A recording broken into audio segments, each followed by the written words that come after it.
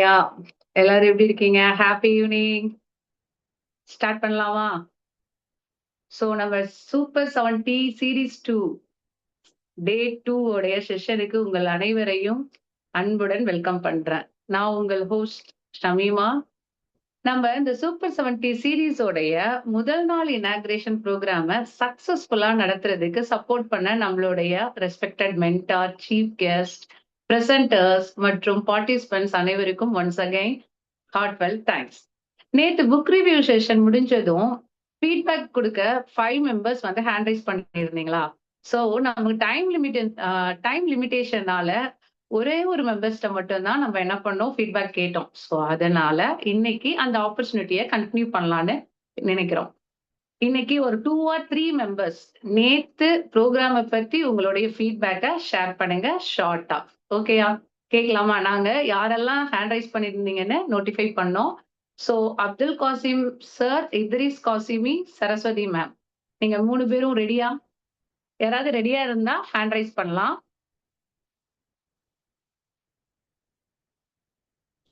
குயிக்கா.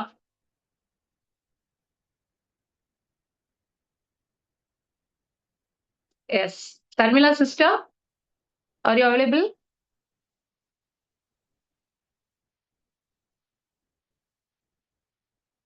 அஸ்ஸலாமு அலைக்கும் வரஹ்மத்துல்லாஹி வபரகாத்துஹு.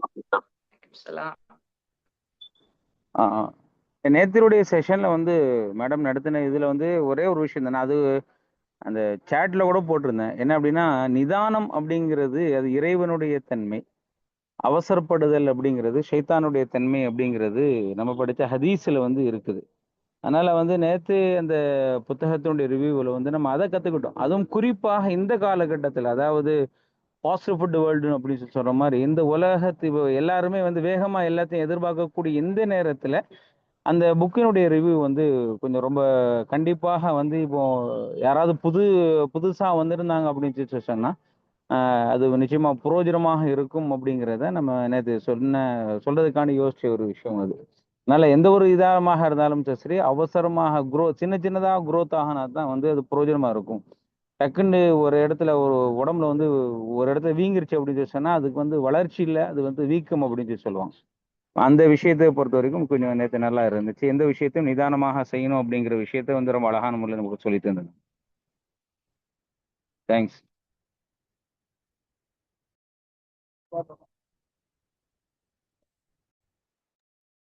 Okay, thank you so much for your valuable feedback, sir. And next யாராவது இருக்கீங்களா ஃபீட்பேக் கொடுக்க? சரஸ்வதி மேம். நான் இத்ரிஸ் காஷிப் நகர்ல இருந்து பேசுறேன். யா. நேத்து உள்ள கிளாஸ் நேத்து இந்த டயத்துல நடந்துச்சு, அதை கேக்குறீங்களா? நான் இப்பதான் வர்றேன். Yes yes yes sir.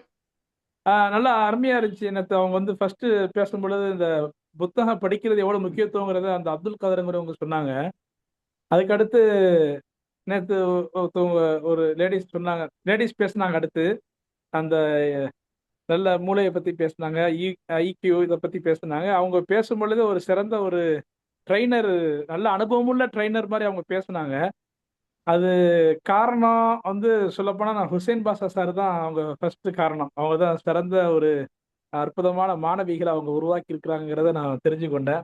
அவங்க ரொம்ப அற்புதமான முறையில கடைசி வரைக்கும் அவங்க 1/2 மணி நேரமும் அவங்க வந்து சிந்தனையை சிதற விடாம கேள்வி கேட்டுக்கொண்டே அவங்க வந்து பாடத்தை கொண்டு போனாங்க. நல்லா சிறப்பா இருந்துச்சு. எனக்கு ஒண்ணு தோன்றுச்சு. நான் ஒரு புத்தகம் படிச்சுட்டு இருக்கிறேன், பெற்றோர் பிள்ளை உறவுன்னு சொல்லிட்டு 544 பக்கம் கொண்டது அது. அதுல வந்து இப்ப 240 பக்கம் படிச்சிருக்கிறேன். நம்மளும் இந்த புத்தகத்தை கூட நம்ம இதுல ஒரு கிளாஸ்ல சேர்ந்து நம்ம சொல்லலாமேங்கிற ஒரு யோசனை எனக்கு வந்துச்சு. Okay, thank you, sir. Thank you for your valuable feedback.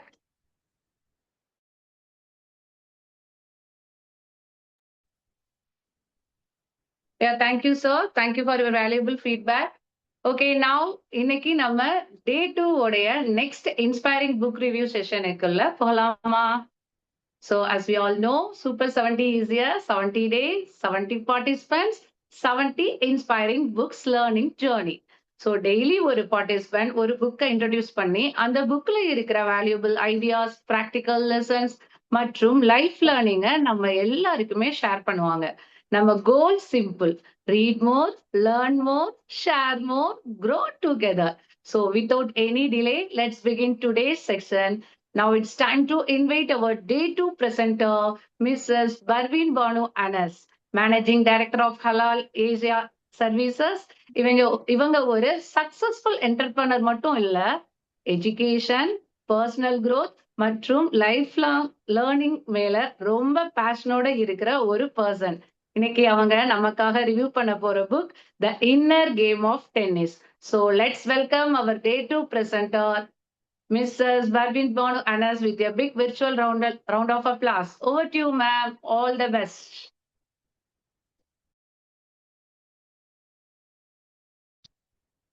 Good evening all. Good evening all. Audio கேக்குதா எல்லாருக்கும்?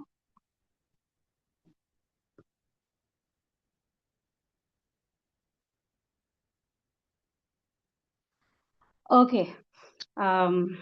இன்னைக்கு நாம பார்க்க போற புத்தகம் என்ன புத்தகம்டா, inner game of tennis. Inner game of tennis இந்த புத்தகத்தை எழுதினவர் டாக்டர் திமோத்தி கால்வே அப்படிங்கிறவங்க. இந்த புத்தகம் வந்து என்னடா டென்னிஸ் பத்தி இருக்குதுன்னு யோசிக்காதீங்க. இது சொல்ல போற பாடங்கள் வந்து ஏராளமா இருக்குது. இந்த புத்தகம் என்ன புத்தகம்னு பார்த்துட்டோம். ஆசிரியர் திமோத்தி ஹால்வே அவருக்கு வந்து இப்ப வந்து 87 வயசு. இந்த புத்தகம் வெளியிட்ட வருஷம் வந்து 1974. ஸோ கோச்சிங் உலகத்தின் ஜாம்பவானாக கருதப்படும் திமோத்தி ஹால்வே இந்த புத்தகத்தை எழுதியிருக்கிறாரு. இதன் மூலமா நமக்கு என்ன படிப்பினைகள் இருக்குது அப்படிங்கிறத பார்ப்போம். இப்ப திமோத்தி ஹால்வே வந்துட்டு கோச்சிங் உலகில் ஜாம்பவான்னு சொன்னோம்ல, இவரோட கஸ்டமர்ஸ் அப்படின்னு சொல்லி பார்த்தா Apple, Rolls Royce, Coca Cola, அந்த மாதிரி பெரிய பெரிய கம்பெனிஸ் இருக்குது. இவர் ஆரம்பத்துல வந்துட்டு சாண்டியாகோ நகர்ல பிறந்திருக்கிறாரு. ஹார்வர்ட் பல்கலைக்கழகத்துல டென்னிஸ் டீமோட கேப்டனா இருக்கிறாரு. அப்புறம் வந்துட்டு யூஎஸ் நேவில ஒர்க் பண்றாரு. அப்புறம் தான் இந்த டென்னிஸ் கோச்சா வர்றாரு. அப்ப வந்து இந்த புத்தகம் எழுதப்பட வேண்டிய அவசியம் அவருக்கு ஏன் ஏற்படுது அப்படின்னு சொல்லி பார்த்தோம்னா, அவரு ஒரு பெரிய தொழிலதிபர், ரொம்ப சக்சஸ்ஃபுல் ஒரு பிசினஸ் பர்சன் வந்து இவர்கிட்ட கோச்சிங்காக வர்றாரு. ஒரு 4-5 கோச் கிட்ட போயிட்டேன், எனக்கு வந்து இந்த ஃபோர் ஹேண்ட்ல மட்டும் பிரச்சனை இருக்கு. டென்னிஸ் கேம் தெரிஞ்சவங்களுக்கு இந்த ஃபோர் ஹேண்ட், பேக் ஹேண்ட் இதெல்லாம் சொன்னா என்னன்னு புரியும். டெக்னிக்கலா நிறைய வரும். இந்த புத்தகம் முழுக்க டென்னிஸ் பத்தி தான். ஸோ இவர் வந்து கேட்டோன்னே இவர் பாக்குறாரு, என்னடா இது, நம்மளே வந்துட்டு ஒரு டென்னிஸ் கோச்சா இருக்கோம், நம்ம கிட்ட இவர் வந்து ஒரு பெரிய பிசினஸ்மேன், இதுல ஒரு குறையா வந்து நம்ம கிட்ட வந்து கேட்கிறாரு, சரி பண்ணிக்கணும்னு நினைக்கிறாரு. அத அப்படிங்கும் போது ஃபர்ஸ்ட் இவர் இனிஷியலா என்ன பண்றாரு, அப்படியா சரி நீங்க வந்து விளையாடுங்க, நான் விளையாடுங்க பாப்போம் அப்படின்னு சொல்லி சொல்றாரு. அப்ப வந்து இவர் அதிகமா இன்ஸ்ட்ரக்ஷன்ஸ் எதுவுமே கொடுக்கல, நீங்க இப்படி பண்ணுங்க அப்படி பண்ணுங்க அப்படின்னு எதுவுமே கொடுக்கல. அப்படி பார்க்கும்போது அவருக்கே அவரு அந்த கோச்சி கேட்டு வந்தாருல்ல, அவருக்கே அவர் செய்யற விஷயங்கள் பிடிபட்டு, ஓகே நமக்கு இந்த இடத்துல நம்ம இதை கரெக்ட் பண்ணணும், நான் ஷோல்டரை கொஞ்சம் ஹையா ரைஸ் பண்ணிடுறேன், இதுதான் நான் ஃபீல் பண்ணேன் அப்படின்னு சொல்லி தன்னால கரெக்ஷன் பண்றாரு. அதை சரி பண்ணிட்டு அவர் சந்தோஷமா போறாரு. அப்பதான் இவருக்கு தோணுது, அப்ப நம்ம வந்து நம்ம இன்ஸ்ட்ரக்ஷன் கொடுத்து இது பண்றதை விட அவங்களாவே கத்துக்க விட்டா எப்படி இருக்கும் அப்படின்னு சொல்லி இவர் நிறைய ட்ரை பண்றாரு. இது மாதிரியே ட்ரை பண்றாரு. இந்த புத்தகத்தை பத்தி மேலும் சொல்லணும்னா, இது ஒரு 1 மில்லியன் காப்பீஸ் சேல் ஆயிருக்குது இது வரைக்கும். ஸோ பில் கேட்ஸுமே வந்து இந்த புத்தகம் பத்தி ரொம்ப உயர்வா சொல்லியிருக்காரு. என்னோட ஃப்ரெண்ட்ஸ் இந்த வந்து அருமையான டென்னிஸ் பத்தின புத்தகம், என்னோட ஃப்ரெண்ட்ஸுகளுக்கு நான் வந்து அதிகமா நான் பரிசீலிக்கக்கூடிய ஒரு புத்தகமா இருக்குதுன்னு சொல்றாரு. ஸோ இப்ப நம்ம வந்து இந்த புத்தகத்துக்குள்ள போய் இந்த ஆசிரியர் என்ன சொல்ல வர்றார் அப்படிங்கிறத நம்ம பார்க்க போறோம். ஆசிரியர் வந்து இந்த விளையாட்டை 2 விளையாட்டா பிரிக்கிறார். Outer game, inner game. Outer கேம்ங்கிறது நம்மளோட ஆப்போனன்ட் யார் இருக்காங்களோ அவங்களோட விளையாடுறது. இன்னர் கேம்ங்கிறது நம்ம உள் மனசுக்குள்ள நடக்கிற 2 பேரோட போராட்டம். உள் மனசுக்குள்ள 2 பேர் உட்கார்ந்து நம்மளை வந்து அப்படியே போராடிக்கிட்டே இருக்கிறாங்க. அது யாருன்னு பார்த்தா செல்ஃப் 1, செல்ஃப் 2ன்னு வச்சுக்கிறோம். இந்த செல்போன் வந்து எப்பயுமே கிரிட்டிசைஸ் பண்ணிட்டே இருக்கிறது ஒண்ணு. நீ வந்து இதை ஒழுங்கா பண்ணியா, உன்னால இது முடியல, இல்ல நீ தப்பா பண்ற, இப்படியே வந்து சொல்லிக்கிட்டே இருக்க ஒரு செல்போனா இருக்குது. அது வந்து கிரிட்டிசைசிங் மைண்ட் நமக்கு எப்பயுமே இருக்கும்ல. நம்ம ஒரு காரியத்தை எடுத்துட்டு செய்ய போகும்போது, இல்ல நீ வந்து இது கரெக்டா பண்ணுவியா, இது சரியா பண்ணுவியா, ஒரு ஆன்சைட்டி, ஒரு ஃபியர், ஐயோ இப்படி தப்பா பண்ணா என்ன ஆகும், இப்படி நிறைய குழப்பமான சிந்தனைகளை உண்டு பண்ணும்ல, அந்த ஒரு மனம். செல்ஃப் டூங்கிறது இயற்கையாவே நமக்குள்ள இருக்கிற திறமை, இயற்கையாவே நமக்குள்ள இருக்கிற எபிலிட்டிஸ் எல்லாமே இருக்குது. அப்ப அவுட்டர் கேம்ல வந்து நம்ம மத்தவங்கள ஜெயிக்கிறதுக்கு இந்த இன்னர் கேம் இதுக்குள்ள நடக்குதுல, இந்த ரெண்டுக்குள்ள நடக்கிற போராட்டத்தை சரி பண்ணாதான் நம்ம அவுட்டர் கேம்ல வின் பண்ண முடியும். அதைத்தான் இந்த புத்தகம் ஆசிரியர் ஒரு 10 சாப்டர்ல சொல்றாரு. ஒரு 10 சாப்டர் முழுக்க முழுக்க டென்னிஸ் இதுதான். டென்னிஸ் மேற்கோள் காட்டி தான் அதை ஃபுல் அண்ட் ஃபுல் இதை எப்படி எடுத்து கொண்டு வர்றாருன்னு இப்ப பார்ப்போம். ஃபர்ஸ்ட் இந்த செல்ஃப் ஒன்னு இருக்குதுல்ல, இந்த படபடக்கிற மனசு, அதை குவைட் பண்ண கத்துக்கிறோம். அதை வந்து குவைட் பண்ண கத்துக்கிட்டாதான் செல்ஃப் டூ வந்து ஆக்ஷனுக்கே வரும். இல்லாட்டி செல்ஃப் டூ ஆக்ஷனுக்கே வராது. இப்ப நம்ம நமக்கு ரொம்ப எப்பயுமே செய்யக்கூடிய ஒரு வேலை இருக்கும். எக்ஸாம்பிள் லேடிஸ் பார்த்துட்டா, இல்லாட்டி எப்படியோ ஒண்ணு நம்ம எப்பயுமே செய்யக்கூடிய ஒரு வேலை, நம்ம இயல்பா பண்ணிக்கிட்டே இருக்கக்கூடிய வேலை. யாராவது நம்மள பாக்குறாங்க, யாராவது நம்மள கவனிச்சு பாக்குறாங்க, இது சரியா தப்பான்னு பாக்குறாங்க போது நம்ம கரெக்டா தப்பா பண்ணுவோம் இல்லையா? சோ அந்த மாதிரி நடக்கும்போது அதுக்கு காரணம் என்ன? இந்த செல்ஃப் கொடுக்குற ஒரு பயம் தான். செல்ஃப் ஒன் கொடுக்குற பயம். இந்த செல்ஃப்வை ஆக்ட் பண்ண விடாம செல்ஃப் ஒன் கொடுக்குற பயம் தான். இந்த செல்ஃப் ஒன்னை அமைதிப்படுத்தணும்னா மனம் வந்து எப்படி இருக்கணும்னு சொல்றாருன்னா, ஒரு தெளிந்த நீரோடை போல இருக்கணும். மனம் வந்து ஒரு தெளிந்த நீரோட எந்த சலனமும் இல்லாம இருந்துச்சுன்னா இந்த செல்ஃப் அழகா வேலை பார்க்கும்.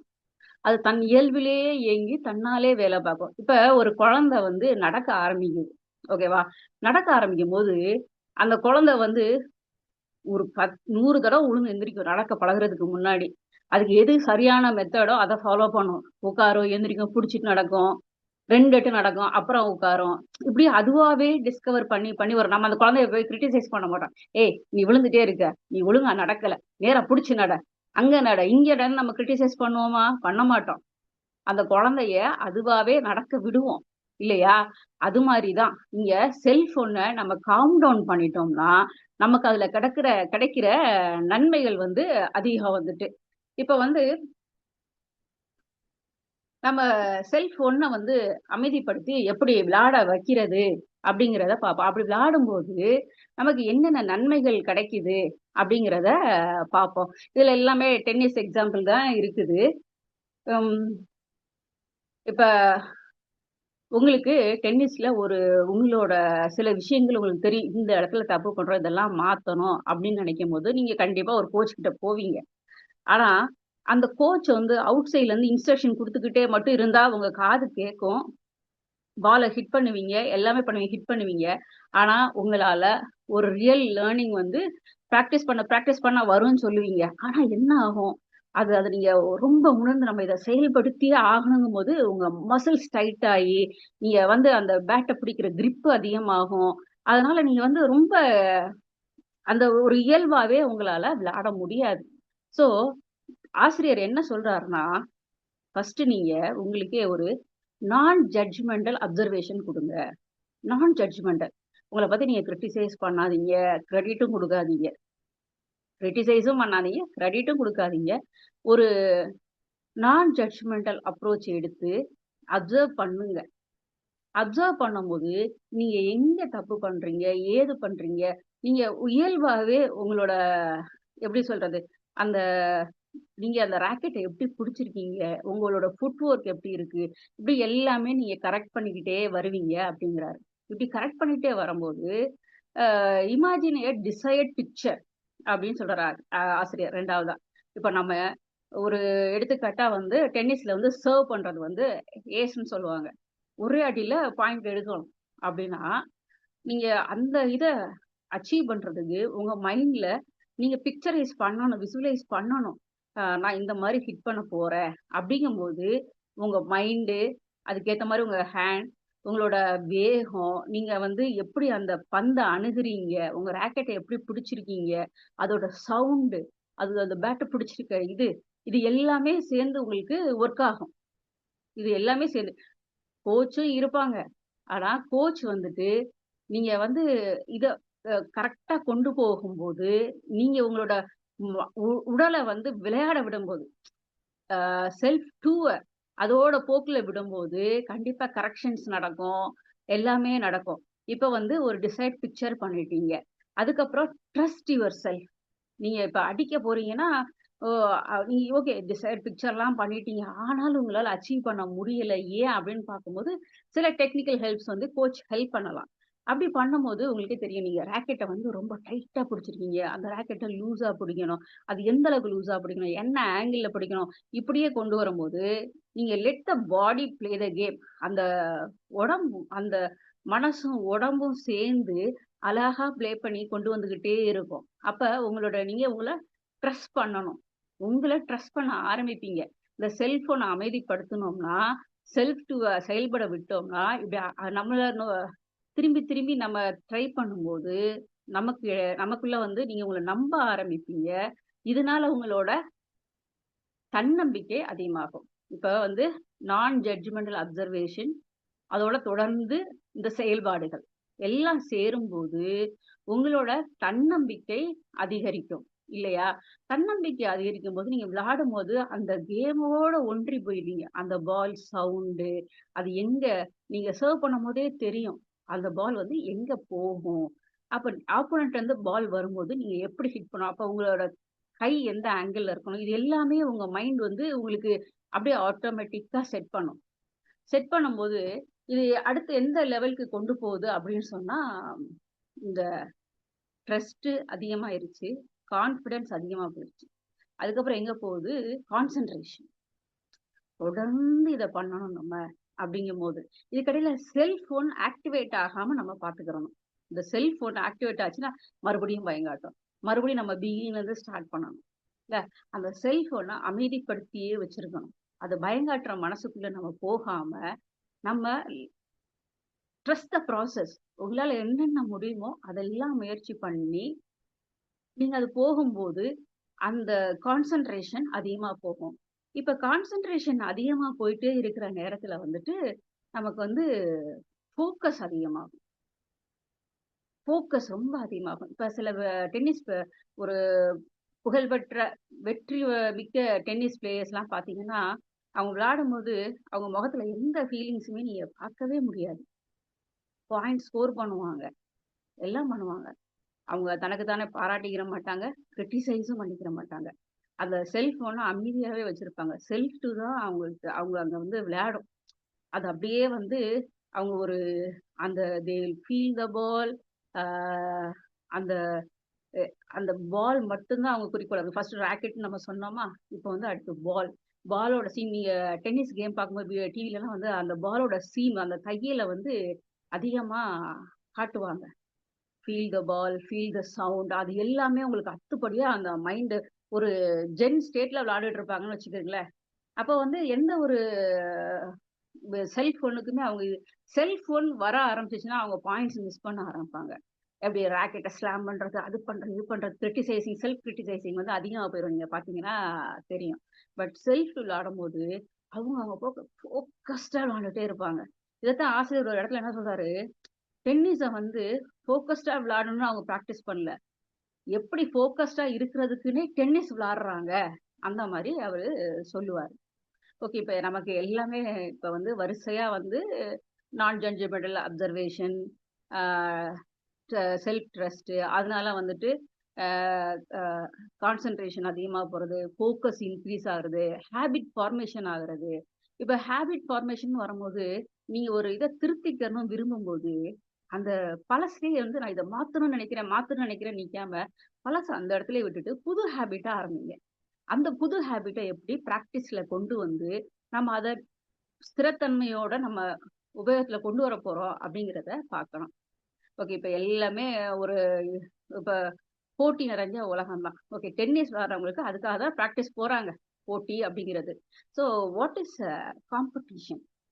காம்படிஷன்னா என்ன அப்படின்னு. இப்ப ஆசிரியர் ஒரு தன்னோட அனுபவத்தை சொல்றாரு. எப்படின்னா, அவரு காலேஜ் ஃபர்ஸ்ட் இயர் காலேஜ் போறதுக்கு முன்னாடி அவங்க அப்பா தான் ஒரு 10, 11 வயசுல டென்னிஸ் விளையாட கூட்டு போறாரு. டென்னிஸ்னா பைத்தியமா இவரும் போறாரு. ஃபர்ஸ்ட் 2 மேட்ச் வின் பண்றாரு. 3வது மேட்ச் தோத்தோனே அவருக்கு உலகமே இதான மாரி ரொம்ப அழுகுறாரு.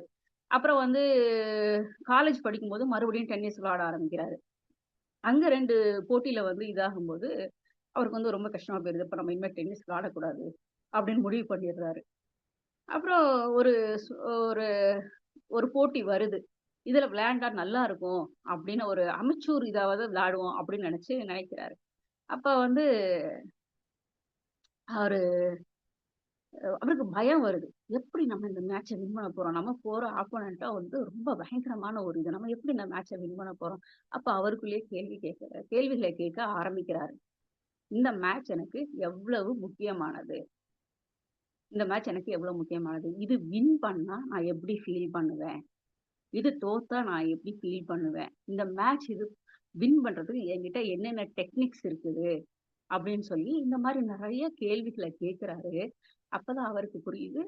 இந்த மேட்ச்ல வந்து காம்படிஷன் எனக்கு நானே அப்படிங்கிற மாரி புரிஞ்சுகிட்டு, அத கண்டிப்பா நம்ம விளையாண்டே ஆகணும்னு போறாரு. போனா அவரு நெனைக்கிற மாரி ம் ஜெயிக்க முடியல. ஆனா தோத்து தான் போறாரு. 6-4, 6-4 அப்படிங்கிற 2 செட்ல தோத்துறாரு. ஆனா ஆனா டீசென்ட் ஒரு இதுன்னு சொல்லலாம் இத வந்துட்டு. இது ரொம்ப மோசமான தோல்வின்னு சொல்ல முடியாது. ஒரு டீசென்ட் இது. அப்படிங்கும்போது அவருக்கு அவரே பாராட்டிக்கிறாரு. அவர் ஃப்ரெண்ட் கேட்கும்போது, "என்ன மேட்ச்ல ஜெயிச்சியா?" அப்படின்னு கேட்கும்போது, ஆமான்னு சொல்ற அளவுக்கு அவர் சந்தோஷமா இருந்தாரு. ஏன்னா, அவர் ரொம்ப பயந்துகிட்டு இருந்தவரு. ஆனா, அவரோட செல்ஃப் டூவ ஆக்ட் பண்ண விட்டோம்னா, இந்த அளவுக்கு அ விளையாண்டது அவருக்கு ஒரு பெரிய அச்சீவ்மென்ட்டா இருக்குது. ஸோ காம்படிஷன் வந்து நமக்கு நாமே எப்படி பெட்டர் ஆயிக்கிறோம் அப்படிங்கிறதான். வெளி உலகத்து காம்படிஷன் வின் பண்ணணும். அது ஒரு பக்கம் இருக்குது. ஆனா, நம்ம காம்படிஷன்ங்கிறது செல்ஃப் காம்படிஷன். இதுல வின்னிங்கிறது என்ன அப்படிங்கிறத அடுத்து ஒரு இதுல சொல்றாரு. எப்படின்னா, அவரு ஃபர்ஸ்ட் இயர் படிக்கும்போது டைம் ஆயிடுச்சுன்னு சொல்றாங்க. ஃபர்ஸ்ட் இயர் படிக்கும்போது, அவரு ஒரு கார் எடுத்துட்டு போறாரு. -22 டிகிரில இருக்குது. அப்ப கார் உள்ளேயே இருந்தா உறைஞ்சு செத்துருவோம். அவர்ட்ட ஒரு ஸ்போர்ட் ஜாக்கெட் மட்டும் இருக்கு. ஆனா வெளிய இறங்கி போனோம்னா, ஏதாவது ஒரு நம்பிக்கை கிடைக்கும் அப்படின்னு சொல்லி இறங்கிர்றாரு. அவரால நடக்க முடியல, ஓட முடியல. ரொம்ப டயர்ட் ஆயிடுறாரு.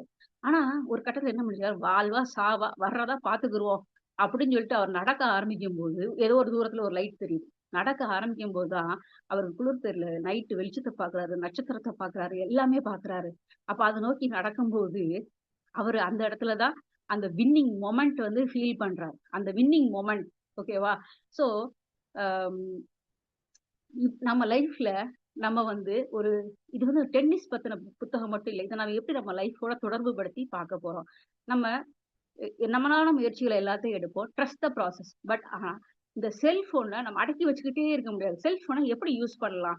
செல்ஃபோன வந்துட்டு நம்ம பிளானிங்க்கு நம்ம என்னால எல்லாம் முடியும் அப்படின்னு சொல்லிட்டு நம்ம போகவே முடியாது. பிராக்டிஸ் வேணும், பிளானிங் வேணும். அதுக்கு வந்து செல்ஃபோன யூஸ் பண்ணிட்டு, இந்த செல்ஃப் டூவ எப்பவுமே ஃப்ளரிஷ் பண்ணி, அது அது போக்குல விட்டோம்னா, கண்டிப்பா நமக்கு நம்மளுடைய செயல்கள்ல மாற்றங்கள் வரும். ஆ வெற்றியும் கிடைக்கும். வெற்றிங்கிறது நம்ம நிர்ணயம் பண்றது. யார் கூட போட்டிங்கிறதும் நம்ம தான் நிர்ணயம் பண்றோம். ஸோ இதுதான் இந்த புத்தகத்தோட சாராம்சம். இதுதான் இந்த புத்தகத்தோட சாராம்சம். டென்னிஸ் பத்தி ஆர்வம் இருக்கவங்களுக்கு இந்த புத்தகம் வாசிக்க ஈஸியா இருக்கும். தமிழ்ல இதோட மொழிபெயர்ப்பு இல்ல. அ ஆனா ஏன்னா இது வாசிக்கிறவங்களுக்கு கொஞ்சம் சிரமமா தான் இருக்கிற மாரி இருந்துச்சு. ஏன்னா, அந்த டென்னிஸ் உலகக்குள்ளேயே அந்த டென்னிஸ் கேம் பிடிச்சவங்களுக்கு தான் முடியும். ஏன்னா, ஒரு சாப்டர் 5ல முழுக்க முழுக்க டென்னிஸ் டெக்னிக்ஸ் பத்தி மட்டும் தான் சொல்றாரு ஆசிரியர். ஸோ, இது ஒரு நல்ல புத்தகம். எதுக்கு இத நம்ம இது பண்ணலாம்னு சொன்னா, இந்த கோச்சிங்ல இருக்கிறவங்களுக்கு இது ஒரு மிகவும் படக்கூடிய ஒரு புத்தகம். நம்மளோட கஸ்டமர்ஸ வந்துட்டு எப்படி நம்ம வந்து நம்ம இன்ஸ்ட்ரக்ஷன் குடுக்காம, அவங்களுக்குள்ளாவே கேள்விகள் கேட்டு, அவங்களோட வெற்றி பாதையை நோக்கி எப்படி போக வைக்கலாம் அப்படிங்கிறது தான் மெயினா இந்த புத்தகம் வந்து உதவுது. ஓகே. வாய்ப்பு குடுத்த அம் சகோதரர் ஹுசைன் பாஷா அவர்களுக்கும், மாஸ்டர் மைண்ட் நிறுவனத்திற்கும், அ சக பயணிப்பாளர்களுக்கும் என்னுடைய நன்றியை தெரிவித்துக் கொள்கிறேன். இந்த புத்தகம் மூலமா உங்களுக்கு நல்ல ஒரு தெளிவு கிடைச்சிருக்கும்னு நான் நம்புறேன். Thank you. Thank you so much ma'am. It was a wonderful presentation. ஒரு குழந்தைய தானா நடக்க விடுற மாதிரி நம்ம மனசையும் ட்ரெயின் பண்ணணும். டென்னிஸை எப்படி ஃபோக்கஸா விளையாடணும், டென்னிஸ் விளையாடல, எப்படி ஃபோக்கஸா இருக்கணுங்கிறதுக்காக டென்னிஸ் விளையாடுறாங்கன்னு இந்த புக்ல உள்ள கான்செப்ட ரொம்ப சிம்பிளா கிளியரா எக்ஸ்பிளைன் பண்ணிருக்கீங்க. Thank you once again. Let's give our presenter a big virtual round of applause. Now it's time for short feedback session. Participants, if you would like to share your feedback or key takeaways, kindly raise your hands. Chat boxலயும் உங்களுடைய feedback share பண்ணலாம். Okay. முஃபீஸா Fathima unmute பண்ணிக்கங்க. Hi, ma'am. It's very good evening. Assalamu alaikum. It's a very nice review, ma'am. It's very excellent review.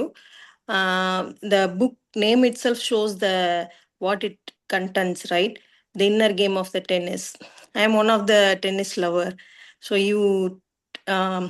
உங்க explanation about the book உண்மையிலே சூப்பராக இருந்தது. புக்கில் என்ன இருக்குங்கிறத நீங்கள் அவ்வளோ தெளிவாக சொல்லியிருக்கீங்க. இன்ஷால்லா I will try this book. Thank you so much for your review, ma'am. Thank you sister. Next, Idris ஹசிஃபை அன்மியூட் பண்ணிக்கங்க. பரிவியன் சிஸ்டர் அவங்க வந்து அந்த டென்னிஸ் புக்ஸ் வந்து ரொம்ப டஃப்பான புக்கா இருக்குன்னு நினைக்கிறேன். அது அவங்க வந்து படிச்சு, அதுவும் இங்கிலீஷ்ல இருந்திருக்கிறது, தமிழ்ல கூட இல்லை. அவங்க குடும்ப சூழலாம், அந்த குடும்ப சூழல்லையும் அவங்க இந்த புக்கை அவங்க வந்து படிச்சு பார்த்து நமக்காக வேண்டி இவ்வளவு ரொம்ப முயற்சி பண்ணி அவங்க வந்து அற்புதமான முறையில அதை வந்து கொடுத்துருக்குறாங்க. அவங்களுடைய முயற்சிக்கு மிகச்சிறந்த பாராட்டுகிற சொல்றேன் மேம். அதாவது எந்த ஒரு விஷயத்தையுமே நம்ம வந்து போக போக தான் நம்ம ஒன்னொன்னையும் தெரிஞ்சுக்கணுங்கிறது எனக்கு ஒரு படிப்பினே தெரிஞ்சு. எதையுமே உடனடியாக முடிவெடுத்துறாம கொஞ்சம் விட்டு பார்த்து நம்ம வந்து முடிவுக்கு வரணுங்கிறது எனக்கு தெரிஞ்சிச்சு. ரொம்ப அழகான முறையில பரிவின் சிஸ்டர் ரொம்ப முயற்சி எடுத்து நமக்கு அழகான முறையில கொண்டு சேர்த்திருக்கிறாங்க. அவங்களுக்கு பாராட்டு. அதை விட மிகப்பெரிய ஒரு பாராட்டு ஹுசேன் பாஷா சாருக்கு. ரொம்ப நன்றி. Thank you sir. Next Mohammed Ismail sir, kindly unmute.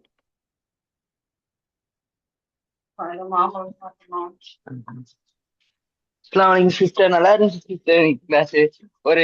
ஒரு கேம்குள்ளே கொண்டு போயிட்டீங்க சிஸ்டர், ரொம்ப அருமையா இருந்துச்சு. ஆமா, நீங்க இடைக்கு நான் அப்படியே கேமுக்குள்ள போற மாதிரியே இருந்துச்சு. எனக்கு ரொம்ப அருமையா இருந்துச்சு கிளாஸ். அது ரொம்ப நல்லா நல்லா தெளிவா எடுத்திருக்கீங்க. ரொம்ப ஜஸாக்கல்லாம். இந்த புக்கு தமிழ்ல கிடைச்சா நான் வாங்கி படிக்கலான்னு இருந்தேன். பார்த்தா இங்கிலீஷ்ல தான் இருக்கு. நான் வாங்கி ட்ரை பண்றேன். Thank you sir. Thank you so much. Next Khalil Rahman sir, unmute பண்ணிக்கங்க. அஸ்ஸலாமு அலைக்கும் சிஸ்டர். ஸோ இன்னைக்கு இந்த புத்தக ரிவ்யூ வந்து ரொம்ப அருமையாக இருந்தது. ஸோ அந்த டென்னிஸ் அப்படிங்கிறப்ப சரி டென்னிஸை பற்றி தான் சொல்ல போகிறாங்களோ அப்படின்னு நினச்சிட்டு இருந்தோம். ரியலி இதில் வந்து குறிப்பாக அவுட்டர் கேம், இன்னர் கேம் அப்படின்ட்டு அந்த ரெண்டு இருக்கு. அதில் நம்ம வந்து எப்பவுமே செல்ஃப் ஒன்றை தான் அதான் நம்மளோட செல்ஃபை ரெண்டா நம்பணும். ஒன்று நம்ம அதிகமாக அதை பேச விடக்கூடாதுங்கிறது ரொம்ப அழகாக சொல்லியிருந்தாங்க. அட்லீஸ்ட் அந்த குழந்தை எப்படி நம்ம வந்து நடக்கிறதுலேருந்து அது எப்படி ஆக்ட் பண்ணுங்க, அந்த ஒரு உதாரணம் வந்து ரொம்பவே நம்ம ஹார்ட் டச்சிங்காக இருந்தது. ஸோ மொத்தத்தில் இது ஒரு டென்னிஸ் புத்தகம் அல்ல, நம்ம வாழ்க்கையை வெல்றதுக்கு ஒரு மைண்ட் செட் பார்க்குறோம். தெளிவாகவும் எடுத்துட்டு அப்புறம் நமக்கு